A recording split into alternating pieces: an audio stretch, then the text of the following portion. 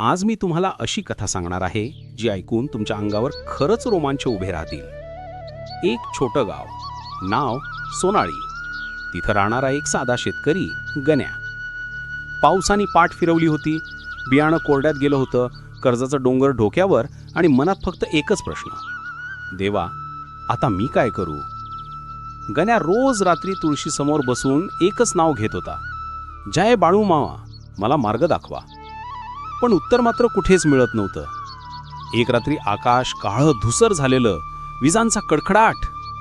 गण्या शेताकडे पाहतच उभा होता. तेवढ्यात थंड वाऱ्याची झुळूक आली आणि कुणीतरी पाठीवर हात ठेवला.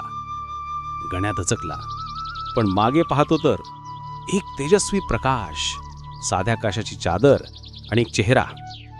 बाळू मामा स्वतः. मामांनी मृदू आवाजात विचारलं, हिम्मत का हरवून बसलास रे.